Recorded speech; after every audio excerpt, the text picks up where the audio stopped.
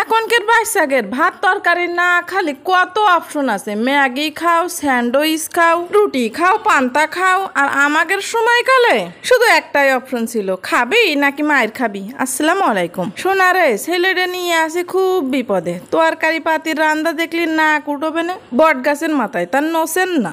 তা কষে কি কয়টা কাইটে নিয়েছি হচ্ছে কুশি, আর উপরে দিয়ে দিছে সামুদ্রিক একটা মাছ। তোমরা তো দেখেই নিছাও। এখনটা কড়াইতে খানিকটা সরষের তেল দিয়ে কুশি কটা ঢেলে দিলাম, একটু নুন আর একটু হলদি দিয়ে ভালো মতন নাইড়ে একটু ভেজে নিতে হবে না। কুশিটা কী করে মজার করে রাঁধতে হয় তা কিন্তু এই ভিডিওতে তুমি শিখে নিতে পারবা না। ওই সব তরকারি কোনো রকম খালেও কুশিটা কিন্তু আমার ছেলেটা মোটে পারে, খাতে চায় না। তা খাবে কি, ভালো করে নানতে হয় তাহলে খাতে পারে। কিছুক্ষণ তেলের পরে এরম করে ভাইজে নিলে কুশির কিন্তু বাজে একটা গন্ধ মতন থাকে, সেইটা কাইটে যাবে না।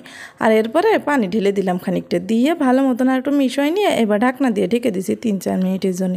এদিকে সামুদ্রিক মাছ নিয়ে নিছি, এটার মধ্যে কাইটলি মাছ কয়, তো এই কাইটলি মাছের পরে লবণ হলুদ মিশিয়ে দিছি। সামুদ্রিক মাছে কিন্তু মেলা পরিমাণে ভিটামিন থাকে, আয়রন থাকে, প্রোটিন থাকে, বুঝেছাও তোমরা। দৈনিক একটা করে সামুদ্রিক মাছ কিন্তু তোমাকে খাদ্য তালিকায় রাখতে পারো, তাহলে কিন্তু আর আয়রনের অভাব হবে না।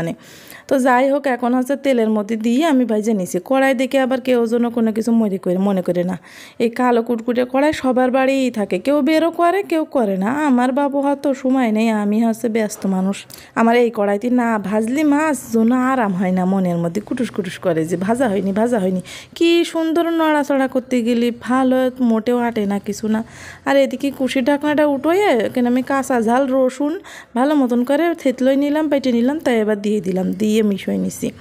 এবার আবার ঢাকনাতে ঢেকে দিতে হবে না। 4-5 মিনিট পরে এইবার আবার দিয়ে দিয়েছি পেঁয়াজ বাটা, জিরে বাটা, একটু আদা বাটা দিয়ে আবার কষাই নিছি। ওরে শুন না, শুধু কি গোশ কষালে হবে, গোশের সাথে সাথে তরকারি কষালেও কিন্তু মজা লাগে। দিয়ে দিলাম খানিকটা ধনে গুঁড়ো। আমি কিন্তু এই ছেলেপিলের ওষুধ খাওয়ালি ওষুধের এই চামচ কিন্তু একটাও ফেলি নেই, সব কটা জিরের কোটো, সরষের কোটো, লবণের কোটো, হলদির কোটো সব তার মধ্যে পুড়ে ধুয়ে দিই। কি সুন্দর চামচ কিনা লাগে না, তা তোমরা কিন্তু চাইলে এরকম করে নিতে পারো। ফিরি বালি বাঙালি আলকাতরাও ছাড়ে না। আর তো কানে সেই ওষুধের চামচ। এখন হলো ভালো মতন করে কষাই নিয়ে এবার কিন্তু আর একটু পানি ঢেলে দিলাম, একটু ঝোল মনে করো রাখতে হবে না, বুঝেছ। যে গরম পড়েছে একবার রানলে চুলোর পিঠে যাতিস করে না। এখন ভাইজে রাখা মাছ কটা দিয়ে দিচ্ছি। মাছ কটা একদম কিন্তু কড়া করে ভাজতে দেবেন না, সামান্য একটু ভাজলেই হবে না। আর এবার 2-3 মিনিট জাল করে নামাই নিয়েছি। দেখো দিনে কি সুন্দর একটা কালার আছে। এরম করে রাঁধতে দিলে পারে যারা কুশি খায় না তারাও চেটে পিঠে খাই নেবে না। সাথে আমি এবার ডিম ভেজে নিয়েছি। ডিম ভাজি হলে কুশি দিয়ে খাতে আবার একটু বেশি মজার লাগে, বুঝেছ। অন্যদিন কিন্তু আমি ডিম দিয়ে রাঁধতে, আজকে মাছ রয়েছে আর পোলাটারও মাছ খাওয়ানোর দরকার, তাই আবার মাছ দিয়ে রাঁধলাম।